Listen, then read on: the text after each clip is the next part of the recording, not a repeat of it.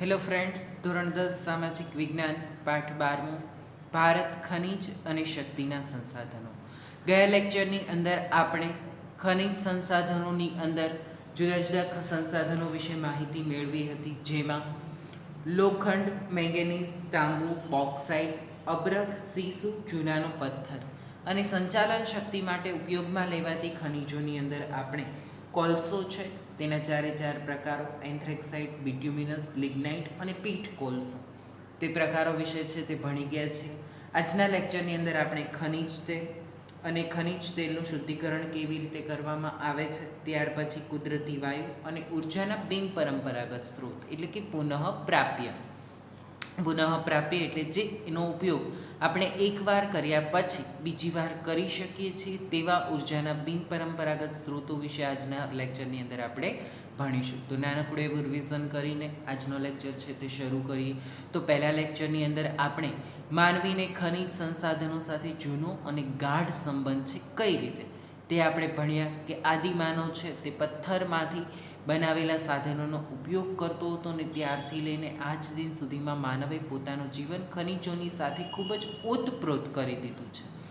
નાની ટાંકણીથી માંડીને કદાવર યંત્રો અને અવકાશયાનો ખનિજોમાંથી બન્યા છે. માનવીના આર્થિક અને સાંસ્કૃતિક વિકાસમાં ખનિજોનો ફાળો અદ્વિતીય છે. ખનિજોના પ્રતાપે માનવ સંસ્કૃતિના કેટલાક તબક્કાઓ જેમ કે પાષાણયુગ, તામ્રયુગ, કાંસ્યયુગ અને લોહયુગના નામે ઓળખાય છે અને આજનો યુગ ખનિજ યુગ અથવા તો અણુયુગ પણ કહી શકીએ છીએ. આધુનિક યુગને ખનિજ યુગ શા માટે કહેવામાં આવે છે? તો આધુનિક યુગમાં માણસની દરેક પ્રવૃત્તિ છે તે ખનિજોની આસપાસ થાય છે, ખનિજોની સાથે સંકળાયેલી છે અને આપણા રોજિંદા જીવનમાં આપણે અનેક ખનિજોનો ઉપયોગ છે તે કરીએ છીએ. ટેકનોલોજીના વિકાસના કારણે ટાંકણીથી માંડીને વિરાટ કદના યંત્રો છે તે ખનિજોમાંથી બને છે અને તેનો ઉપયોગ આપણે વ્યાપક પ્રમાણમાં કરી રહ્યા છીએ. એટલા માટે આધુનિક યુગને ખનિજ યુગ પણ કહી શકીએ છીએ. તો આ ખનિજો એટલે શું તે પણ આપણે જોયું કે કુદરતી કાર્બનિક અને અકાર્બનિક ક્રિયાઓથી તૈયાર થયેલા અમુક ચોક્કસ રાસાયણિક બંધારણ ધરાવતા પદાર્થને ખનિજ કહે છે, જેમાં ઘન, પ્રવાહી અને વાયુ ત્રણ સ્વરૂપમાં ખનિજો છે તે જોવા મળતી હોય છે. તો ઘન સ્વરૂપમાં કઈ ખનિજો જોવા મળે છે? તો લોખંડ, મેંગેનીઝ, તાંબુ, ચાંદી, સોનું, આ બધી ધાતુઓ છે તે ઘન સ્વરૂપમાં જોવા મળે છે. પ્રવાહી સ્વરૂપમાં તો પારો અને પેટ્રોલિયમ છે તે પ્રવાહી સ્વરૂપમાં, અને કુદરતી વાયુ છે તે વાયુ સ્વરૂપમાં ખનિજ જોવા મળે છે. હવે આ દરેક ખનિજો છે તે જુદા જુદા પ્રકારના ખડકોમાંથી પ્રાપ્ત થાય છે, જેમ કે લોખંડ, તાંબુ, જસત, સોનું, ચાંદી ખનિજો અગ્નેય ખડકોમાંથી મળે છે.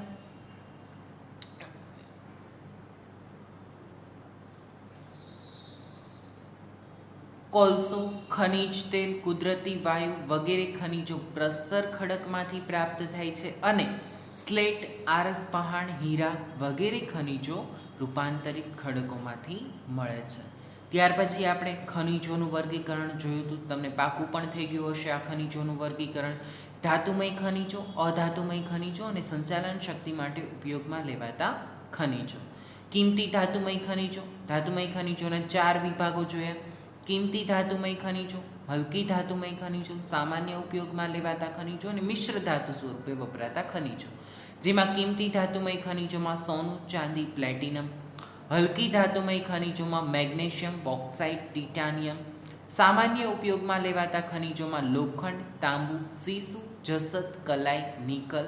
અને મિશ્ર ધાતુ સ્વરૂપે એટલે કે અન્ય ધાતુની સાથે મિશ્ર કરીને જે ધાતુનો ઉપયોગ કરવામાં આવે છે તેવી ખનિજોમાં ક્રોમિયમ, મેંગેનીઝ, ટંગસ્ટન અને વેનેડિયમ. આ ઉપરાંત અધાતુમય ખનિજો જેમાં ચૂનાનો પથ્થર, ચોક, એસ્બેસ્ટોસ, અબ્રક, ફ્લોરસ્પાર, જીપ્સમ એટલે કે ફ્લોરસ્પાર, પછી જીપ્સમ એટલે કે ચિરોડી, સલ્ફર એટલે કે ગંધક અને હીરા. અને સંચાલન શક્તિ માટે એટલે કે ઈંધણ તરીકે આપણે જેનો ઉપયોગ કરીએ છીએ તેવી ખનિજો કોલસો, ખનિજ તેલ, કુદરતી વાયુ, યુરેનિયમ, થોરિયમ આ બધાને સંચાલન શક્તિ માટે ઉપયોગમાં લેવાતી ખનિજો ગણાય છે. ધાતુમય ખનિજોની અંદર આપણે લોખંડ છે તેના વિશે વિસ્તારપૂર્વક અભ્યાસ છે તે કર્યો હતો. ત્યાર પછી તેના ઉપયોગો ક્યાંથી પ્રાપ્ત થાય છે. મેંગેનીઝના ઉપયોગો તે ક્યાંથી પ્રાપ્ત થાય છે. તાંબાની ધાતુ, કારણ કે પહેલો યુગ છે તે મનુષ્યનો તામ્ર યુગ હતો, એટલે માણસે છે તે પથ્થર યુગમાંથી સૌથી પહેલાં છે તે તાંબાની ધાતુનો પોતાના વ્યવહારમાં ઉપયોગ છે તે કરેલો હતો. બીજું, તાંબુ છે તે પોચી ધાતુ છે, તેને ટીપીને ચોક્કસ આકાર આપી શકાય છે. ત્યાર પછી એલ્યુમિનિયમ, બોક્સાઇટ ધાતુ છે તેમાંથી એલ્યુમિનિયમ મેળવવામાં આવે છે, એટલે બોક્સાઇટ કે એલ્યુમિનિયમ બંને એક જ ધાતુ છે. ફ્રાન્સના લેબોક્સ શહેરમાંથી આ ધાતુ પ્રાપ્ત થયેલી હોવાથી તેને બોક્સાઇટ નામ છે તે આપવામાં આવેલું છે, અને આ ધાતુનું શુદ્ધિકરણ કરતાં આપણને એલ્યુમિનિયમ પ્રાપ્ત થાય છે. એલ્યુમિનિયમના ઉપયોગો તમે બધા જ જાણો છો. ત્યારબાદ અબ્રખ વિશે છે તે માહિતી મેળવી. સીસુ, ચૂનાનો પથ્થર, ગયા લેક્ચરની અંદર જ આપણે છે ચૂનાના પથ્થર વિશેની માહિતી છે તે પ્રાપ્ત કરી. ત્યાર પછી ચૂનાના પથ્થરના ઉપયોગો અને તેના પ્રાપ્તિ સ્થાનો છે તે જોયા. ઉર્જાના સંચાલન શક્તિના સંસાધનો, જેમાં પરંપરાગત, બિન પરંપરાગત, વ્યાપારિક અને બિન વ્યાપારિક. પરંપરાગતમાં જે પુનઃ અપ્રાપ્ય, એટલે કે એકવાર જેનો ઉપયોગ કરી લીધા પછી જે સ્ત્રોત ખાલી થવાનો છે તેમાં કોલસો, કુદરતી વાયુ, ખનિજ તેલ, અણુ ખનિજો વગેરેનો સમાવેશ થાય છે, કે જેનો જથ્થો પૃથ્વીના પેટાળની અંદર મર્યાદિત છે. એટલે કે આપણે વારંવાર તે છે તૈયાર થતાં તેને કરોડો વર્ષોનો સમયગાળો લાગતો હોય છે, એટલે જે મર્યાદિત જથ્થો છે જેનો આપણે એકવાર ઉપયોગ કરી લીધા પછી વારંવાર ઉપયોગ કરી શકતા નથી તેવો. બીજું, બિન પરંપરાગત સંચાલન શક્તિના સંસાધનો, તો જેનો જથ્થો છે તે અમર્યાદિત છે. જળ ઉર્જા છે તો પાણી છે તે વરસાદ દ્વારા દર વર્ષે નવું એડ થતું હોય છે. પવન ઉર્જા છે, બાયોગેસ છે, ભૂતાપીય ઉર્જા અને ભરતી ઉર્જા. વ્યાપારિક ઉપયોગમાં, એટલે કે વેપારની અંદર જે ઉપયોગમાં લેવાય છે તેવી ખનિજોમાં કોલસો, ખનિજ તેલ, કુદરતી વાયુ, અને બિન વ્યાપારિકમાં લાકડીઓ, કોલસો, જલાઉ લાકડું, છાણા વગેરેનો સમાવેશ કરી શકાય છે. જેમાં કોલસો છે તેના વિશેની માહિતી પણ આપણે મેળવી ચૂક્યા છીએ, કે કોલસો પરંપરાગત કે વ્યાપારી સંચાલન શક્તિ સંસાધન ગણાય છે, તે પુનઃ પ્રાપ્ય શક્તિ સંસાધન પણ છે. કોલસાની ઉત્પત્તિ કેવી રીતે થઈ હતી તે જોયું હતું આપણે, કે આજથી કરોડો વર્ષ પહેલાં પૃથ્વી પર પુષ્કળ વનરાજી હતી. પૃથ્વીના પેટાળમાં થતી આંતરિક હિલચાલને કારણે એ વનરાજી પૃથ્વીના પેટાળમાં દટાઈ ગઈ. પૃથ્વીની આંતરિક ગરમી અને દબાણને લીધે વૃક્ષોનું મંદ દહન થતાં તેનો કાર્બન તત્વોનું કોલસામાં રૂપાંતર થયું અને કોલસાની ઉત્પત્તિ થઈ. તે પ્રસ્તર ખડકોમાંથી મળે છે. કોલસા મુખ્યત્વે તેના કાર્બન તત્વના આધારે, કોલસાના પ્રકાર કેવી રીતે પડે છે તેવો પ્રશ્ન તમને પૂછાય તો કોલસાના પ્રકારો, તેમાંથી પ્રાપ્ત થતા કાર્બન તત્વના આધારે કોલસાના પ્રકારો પાડવામાં આવે છે. જેમાં કોલસાના મુખ્ય 4 પ્રકાર પડે છે: એન્થ્રેક્સાઇટ કોલસો, બિટ્યુમિનસ કોલસો, લિગ્નાઇટ કોલસો અને પીટ કોલસો. કોલસાના ઉપયોગો છે તો કોલસાનો સૌથી વધુ ઉપયોગ તાપ વિદ્યુતમાં, કોલસાનું દહન કરીને તેમાંથી તાપમાંથી વિદ્યુત જે પ્રાપ્ત કરવામાં આવે છે તેમાં, ધાતુ ગાળવાના કારખાનાઓ તેમજ રેલવે અને આગ બોટમાં જેવા પરિવહનના સાધનોમાં થાય છે. ઘરના રસોઈ કરવાના બળતણ તરીકે, કારખાનાઓમાં ઉર્જાના સ્ત્રોત તરીકે પણ કાચા માલ તરીકે ઉપયોગમાં લેવાય છે. તેમાંથી ડામર, એમોનિયા વાયુ, એમોનિયા સલ્ફેટ અને બેન્ઝોલ અને ક્રૂડ ઓઇલ જેવી આડ પેદાશો પણ પ્રાપ્ત થાય છે. ભારતમાંથી કોલસો છે તે ઝારખંડ, ઓરિસ્સા, પશ્ચિમ બંગાળ, છત્તીસગઢ, મધ્યપ્રદેશ અને જમ્મુ કાશ્મીર રાજ્યોમાં કોલસો મળે છે. આ ઉપરાંત રાજસ્થાન, તમિલનાડુ, અસમ અને ગુજરાતમાંથી પણ કોલસો પ્રાપ્ત થાય છે. ગુજરાતમાં કચ્છ, ભરૂચ, મહેસાણા, ભાવનગર, સુરત વગેરે જિલ્લાઓમાંથી લિગ્નાઇટ ત્રીજા પ્રકારનો જે કોલસો છે તે પ્રાપ્ત થાય છે. એટલે ગુજરાતમાં પણ ઘણી જગ્યાએથી આ પ્રકારનો કોલસો છે તે મળી આવે છે. ત્યાર પછીનો મુદ્દો છે આપણો ખનિજ તેલ.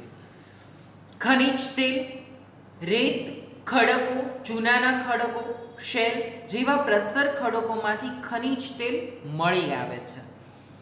ખનિજ તેલ છે તે પ્રસ્તર ખડકોમાંથી જ, જેમ કે રેતી, ચૂનાના પથ્થરો, શેલ જેવા પ્રસ્તર ખડકો હોય છે તેમાંથી ખનિજ તેલ પ્રાપ્ત થાય છે. પ્રાચીન સમયમાં કોલસાની રચના જેમ પૃથ્વી પરના પ્રાણીઓ ભૂગર્ભમાં દટાયા અને તેનું હાઇડ્રોકાર્બન્સમાં રૂપાંતરણ થયું. આ સ્વરૂપમાં લગભગ પ્રવાહી રૂપમાં હતું. આંતરિક હલનચલન થતાં આ સ્વરૂપના સ્તરો ધીમે ધીમે પૃથ્વીની સપાટી તરફ ઊંચકાતા ગયા અને તેમાં કેટલાક સમુદ્રના તળિયે આવ્યા તો કેટલાક પેટાળમાંથી ઉપર આવતા ગયા. કે એની રચના છે તે કેવી રીતે થઈ? તો ખનિજ તેલ છે, જેમ કોલસાની રચના કેવી રીતે થઈ હતી તેને આપણે ફરીવાર જોઈ લઈએ. તો કોલસાની રચના વખતે કરોડો વર્ષ પહેલાં પૃથ્વી પર વિશાળ વનરાજી હતી, એટલે કે અનેક વૃક્ષો હતા, ખૂબ જ મોટા અને ગાઢ જંગલો હતા. પૃથ્વીની આંતરિક હિલચાલના કારણે આ જંગલો છે તે જમીનની અંદર દટાઈ ગયા. તો તે જંગલો છે તે દટાઈ ગયા, એનું મંદ દહન થતાં તેમાંથી કોલસો બન્યો. તો જંગલોની સાથે સાથે જ અનેક પ્રકારના પ્રાણીઓ પણ ભૂગર્ભમાં દટાયા હતા. આ પ્રાણીઓ છે તે જમીનની અંદર દટાયા તો તેના હાઇડ્રોકાર્બન્સમાં તેનું રૂપાંતર થયું. આ સ્વરૂપ લગભગ પ્રવાહી વાયુ કે ઘન સ્વરૂપ, પ્રવાહી કે વાયુ સ્વરૂપનું હતું, કે તે જે અંદર સડ્યા અને તેનું જે સ્વરૂપ હતું તે પ્રવાહી કે વાયુ સ્વરૂપનું હતું. આવા કેટલાક ખનિજ તેલ અને કુદરતી વાયુ સ્તરો ભૂસંચલનના કારણે સમુદ્રમાંથી બહાર ઊંચકાઈ આવ્યા તો કેટલાક સમુદ્ર તળિયે જ રહ્યા. કે આ છે જે સ્વરૂપ હતું તેમાંથી ખનિજ તેલ છે, આવા ખનિજ તેલ કુદરતી વાયુના સ્તરો ભૂસંચલનના કારણે, એટલે કે જમીનની હિલચાલના કારણે સમુદ્રમાંથી બહાર ઊંચકાઈ આવ્યા, એટલે કે સમુદ્રમાંથી ઉપરની તરફ છે તે ઊંચકાઈને આવી ગયા. તો કેટલાક સમુદ્રના તળિયે જ રહ્યા. તરફ ઊંચકાતા ગયા કેટલાક સમુદ્રના તળિયે, તો કેટલાક પેટાળમાંથી ઉપર આવતા ગયા, એટલે કે પૃથ્વીના પેટાળમાંથી ઉપર આવતા ગયા. ભારતમાં 1886માં અસમમાં તેલ શોધવા કૂવો ખોદવામાં આવ્યો અને 1867માં 66ની અંદર અસમમાં તેલ શોધવા માટે કૂવો ખોદવામાં આવ્યો. 1867માં માકુમ, એટલે કે અસમનું જે એક શહેર છે માકુમ ખાતે ખનિજ તેલ મળી આવ્યું અને ભારતના અન્ય સ્થળોએથી ખનિજ તેલના ભંડારો મળી આવ્યા. કે 1886માં સૌથી પહેલાં તેલ શોધવા માટે અસમમાં એક કૂવો ખોદવામાં આવ્યો. આ ખનિજ તેલ છે મિત્રો, ખાદ્ય તેલ નથી, તે પ્રમાણે તમારે યાદ રાખવાનું છે. ક્રૂડ ઓઇલ જેને આપણે કહીએ છીએ તે છે. તેમાં સફળતા મળતા, એટલે કે અસમમાં જે કૂવો ખોદવામાં આવ્યો તેમાંથી ખનિજ તેલ પ્રાપ્ત થયું. એટલે પછી માકુમમાં કૂવો ખોદવામાં આવ્યો અને ત્યાંથી પણ ખનિજ તેલ છે તે પ્રાપ્ત થયું. તો આ રીતે તેમાં સફળતા મળતા દેશના ખનિજ તેલના ભંડાર શોધવાના સક્રિય પ્રયત્નો શરૂ થયા. કે એકવાર સફળતા મળી એટલે વૈજ્ઞાનિકોને લોકોને એમ થયું કે ના ભાઈ, હવે દરેક જગ્યાએથી અમુક જગ્યાએથી ખનિજ તેલના ભંડારો મળી શકે તેવી શક્યતા છે. એટલે બીજા જગ્યાઓમાં પણ આ પ્રકારે ખોદકામ છે તે કરવામાં આવ્યું અને દેશમાં અનેક ક્ષેત્રોમાંથી ખનિજ તેલના ભંડારો મળી આવ્યા. આજે ભારતમાં મુખ્યત્વે ખંભાતનો અખાત અને અરબ સાગરના બોમ્બે હાઈ, ગુજરાતમાં અસમમાંથી ગુજરાત અને અસમમાંથી થોડા પ્રમાણમાં આંધ્રપ્રદેશ અને તમિલનાડુ, ટૂંકમાં જે દરિયા કિનારાના વિસ્તારો છે અરુણાચલ પ્રદેશ વિસ્તારમાંથી ખનિજ તેલ મેળવવામાં આવે છે. એટલે કે સમુદ્રની આસપાસના જે વિસ્તારો છે ત્યાંથી ખનિજ તેલ છે તે પ્રાપ્ત કરવામાં આવે છે. ગુજરાતના તેલ ક્ષેત્રો તો આઝાદી બાદ, એટલે કે 1958માં ગુજરાતમાં આણંદ સૌથી પહેલાં છે તે ગુજરાતની અંદર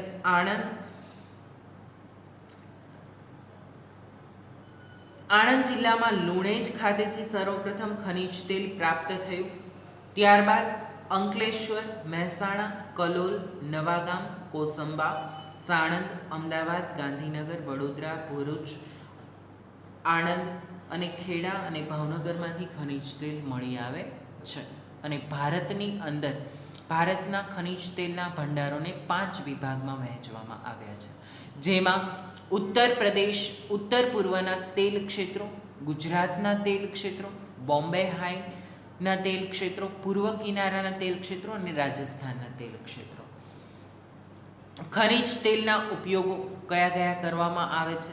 તો ખનિજ તેલ પરિવહન તેમજ ઉદ્યોગોમાં, યાંત્રિક સાધનોમાં સંચાલન શક્તિમાં બળ તરીકે વપરાય છે.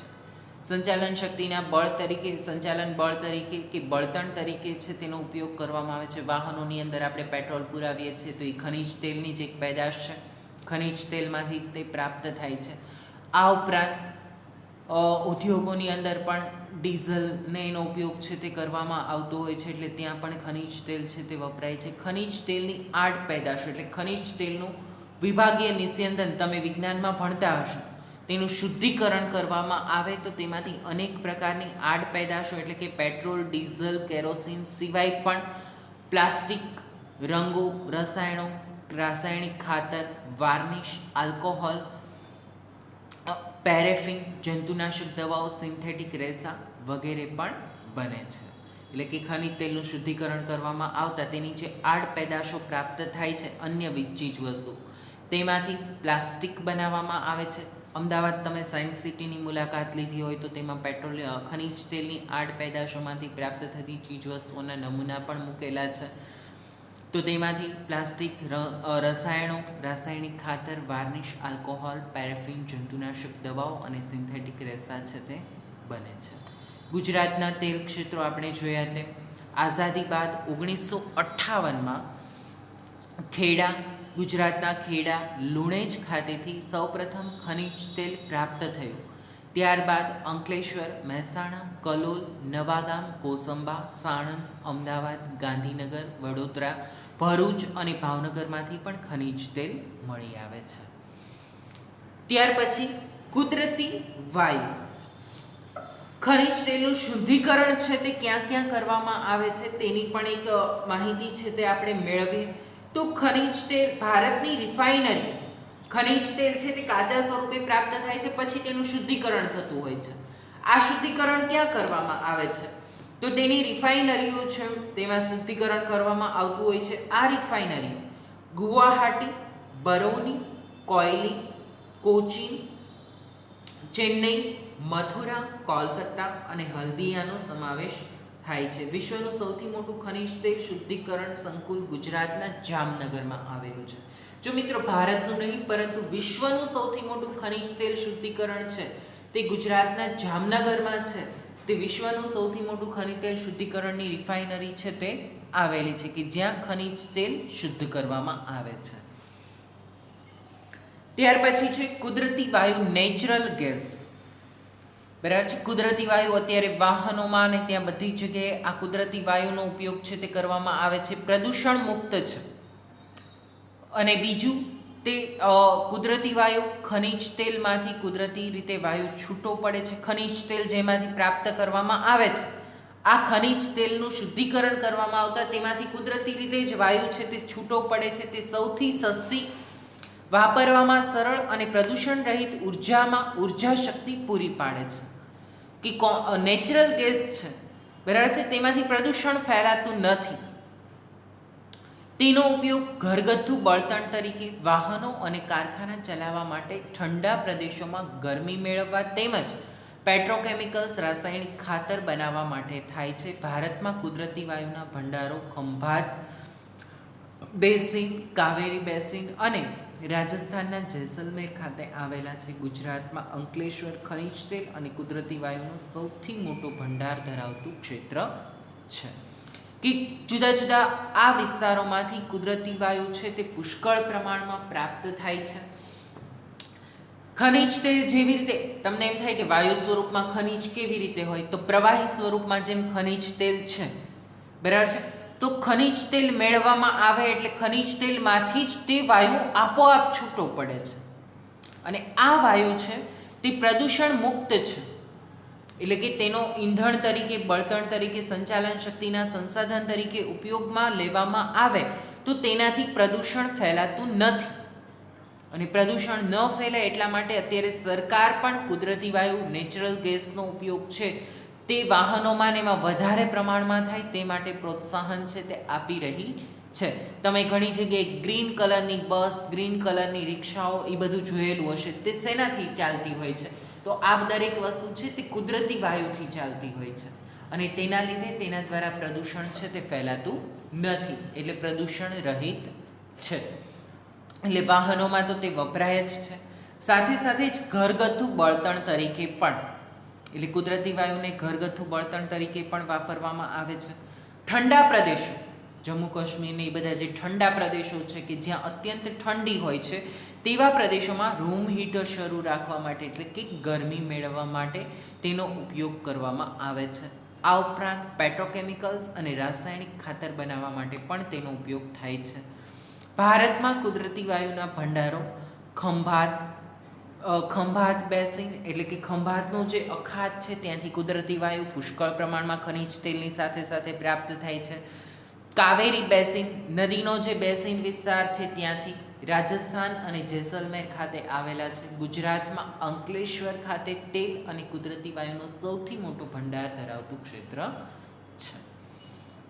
ઉર્જાના બિન પરંપરાગત સ્ત્રોતો, તો કોલસો કે ખનિજ તેલ જેવા બિન પરંપરાગત સ્ત્રોતો એટલે કેવા કે જેનો આપણે એકવાર ઉપયોગમાં લઈ લીધા પછી જે ખાલી થઈ જતા નથી, એટલે જેનો વારંવાર આપણે ઉપયોગ કરી શકીએ છીએ તે પ્રકારના ઉર્જાના સ્ત્રોતોને ઉર્જાના બિન પરંપરાગત સ્ત્રોતો કહેવામાં આવે છે. અને આવા બિન પરંપરાગત સ્ત્રોતોનો ઉપયોગ આજે પુષ્કળ પ્રમાણમાં વધ્યો છે. શું કામ? કારણ કે ઉર્જાના જે પરંપરાગત સ્ત્રોતો છે પુનઃ અપ્રાપ્ય, તે ખાલી થવા લાગ્યા છે અને તેની કિંમત પણ વધતી જાય છે, તે ખાલી થવા લાગ્યા છે. તેના પરિણામે બિન પરંપરાગત સ્ત્રોતોનો ઉપયોગ છે તે વ્યવસ્થિત રીતે કરવામાં આવે તો એક તો તે વારંવાર પ્રાપ્ત થઈ શકે છે, તેના દ્વારા પ્રદૂષણ ઓછા પ્રમાણમાં ફેલાય છે, એટલા માટે તેનો ઉપયોગ છે તે વધ્યો છે. પ્રશ્ન સ્વરૂપે તમને પૂછાય તો એવો પ્રશ્ન પૂછાઈ શકે કે આજે બિન પરંપરાગત ઉર્જા સ્ત્રોતોનો ઉપયોગ શા માટે વધ્યો છે? તેના જવાબમાં તમારે લખવાનું છે કે હાલમાં વિશ્વની ઉર્જાની મોટા ભાગની જરૂરિયાત કોલસો, ખનિજ તેલ, કુદરતી વાયુ, લાકડું જેવા પરંપરાગત ઉર્જા સ્ત્રોતોથી સંતોષાય છે. આ ઉર્જા સ્ત્રોતોનો જથ્થો મર્યાદિત છે, વળી તે પુનઃ અપ્રાપ્ય શક્તિના સંસાધનો છે કે અત્યારે આપણે ઉર્જા શક્તિની જે જરૂર છે એ શેમાંથી આપણે સંતોષીએ છીએ? તો કોલસો, ખનિજ તેલ, કુદરતી વાયુ અને લાકડું જેવા પરંપરાગત ઉર્જા સ્ત્રોતો છે તેમાંથી આપણે આ જરૂરિયાતોને સંતોષીએ છીએ, પરંતુ તેનો જથ્થો કેવો છે? મર્યાદિત છે, પુનઃ અપ્રાપ્ય છે, એટલે ફરીવારી પ્રાપ્ત થવાની નથી. એકવાર ઉપયોગમાં લઈ લીધા પછી વારંવાર તેને ઉપયોગમાં લઈ શકાશે નહીં. એટલા માટે પરંપરાગત ઉર્જા સ્ત્રોતોનો જથ્થાઓ ઝડપથી ઘટી રહ્યા છે. જે કોલસાનો એનો જથ્થો છે એ ધીમે ધીમે ઝડપથી ઘટી રહ્યો છે, કારણ કે તેનો વ્યાપક પ્રમાણમાં ઉપયોગ થાય છે અને તેના પરિણામે વિદ્યુત ઉત્પાદન પણ કાળક્રમે ઘટતું જશે. અને તેના લીધે વિદ્યુતનું ઉત્પાદન, હવે કોલસાનું દહન કરીને તેમાંથી વિદ્યુત છે એ પ્રાપ્ત કરવામાં આવે છે, પરંતુ અત્યારે જે રીતે બેફામ તેનો ઉપયોગ થઈ રહ્યો છે તો કાળક્રમે ધીમે ધીમે સમય જતાં તે ઉત્પાદન ઘટી જશે. તો તેના પરિણામે ઉત્પાદન કાળક્રમે ઘટતું જશે. જંગલ પણ ઘટી રહ્યા છે. આપણે બધા જ જાણીએ છીએ જંગલોનો વિનાશ થઈ રહ્યો છે, જંગલોનું પ્રમાણ ઘટી રહ્યું છે. અગાઉના પાઠની અંદર 9મો પાઠ વન અને વન્યજીવ સંસાધનની અંદર આપણે ભણી ગયા છીએ. લાકડું મળવું પણ મુશ્કેલ થતું જશે, એટલે બળતણની માટે જે લાકડાનો ઉપયોગ કરવામાં આવે છે તે પણ ઉપયોગ મળવો મુશ્કેલ થઈ જશે. આ સંજોગોમાં નજીકના જ ભવિષ્યમાં ઉર્જાના બિન પરંપરાગત સ્ત્રોતોનો વધુને વધુ ઉપયોગ અનિવાર્ય થઈ જશે. વળી પુનઃ પ્રાપ્ય ઉર્જાના સંસાધનો છે. આથી બિન પરંપરાગત ઉર્જાના સંસાધનોનો ઉપયોગ વધ્યો છે કે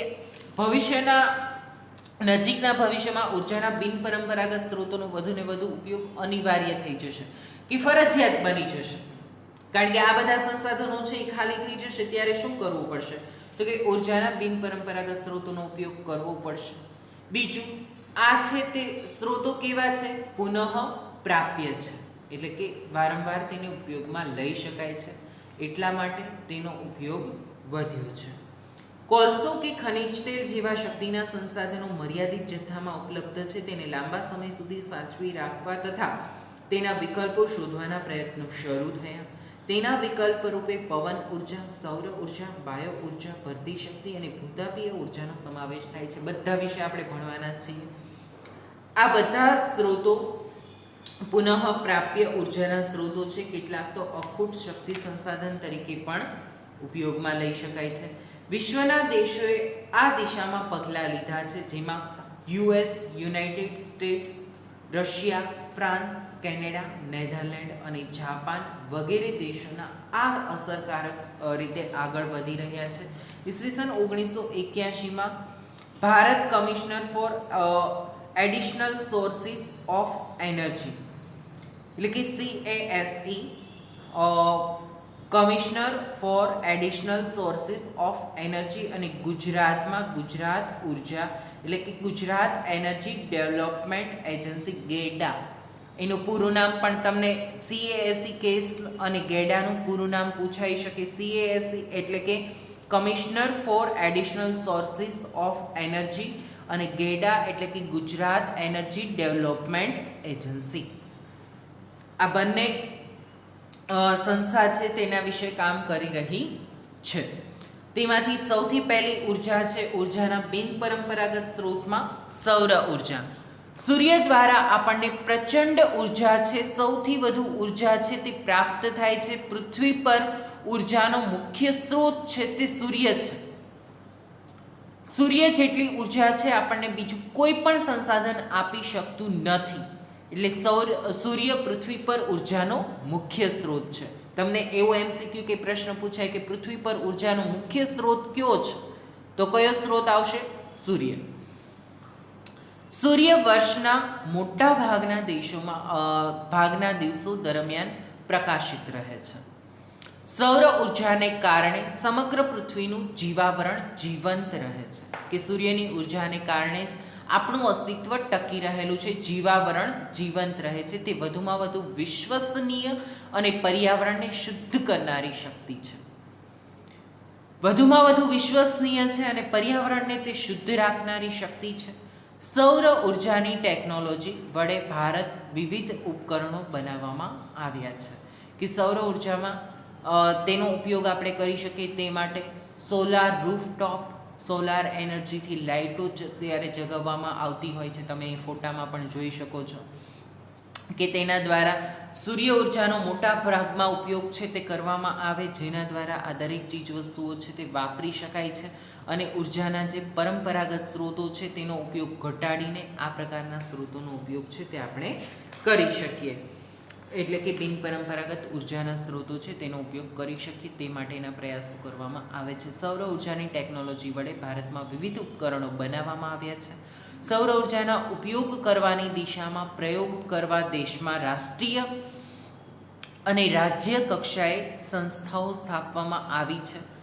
સૌર ઉર્જાનો ઉપયોગ રસોઈ કરવા, સોલાર કુકર, પાણી ગરમ કરવા, રેફ્રિજરેટર ચલાવવા અને નાસ્તાની દીવાબત્તી, સોલાર પેનલ કરવામાં, રસ્તાની દીવાબત્તી એટલે કે રસ્તાની ઉપર સોલાર એનર્જીથી લાઇટો છે તે અત્યારે જગાવવામાં આવતી હોય છે. તો આ દરેક જગ્યાએ સૂર્ય ઉર્જાનો ઉપયોગ કરવામાં આવે છે. કે રસોઈ કરવા માટે સૂર્ય કુકર, 4 ખાનાવાળું સૂર્ય કુકર હોય છે, તેમાં રસોઈ કરી શકાય છે. કે તેની અંદર બધી વસ્તુઓ છે તે મૂકી દેવામાં આવે અને સૂર્યપ્રકાશ તેની ઉપર પડતા તેના દ્વારા છે તે રાંધણ ગેસ છે તે એટલે કે રસોઈ છે તે કરી શકાય છે. પાણી ગરમ કરવા સોલાર હીટર, અગાસી ઉપર છે તે આ પ્રકારના હીટર ફિટ કરવામાં આવતા હોય છે જેના દ્વારા પાણી ગરમ થઈ શકે છે. રેફ્રિજરેટર ચલાવવા માટે અને રસ્તાની દીવાબત્તી એટલે કે સોલાર પેનલ કરવામાં આવે છે. ભારતમાં ગુજરાત સૌથી વધુ સૌર ઉર્જા મેળવતું રાજ્ય છે. ગુજરાત એનર્જી વિકાસ એજન્સી એટલે કે ગુજરાત એનર્જી ડેવલપમેન્ટ એજન્સી ગેડાએ વડોદરા પાસે છાણી ખાતે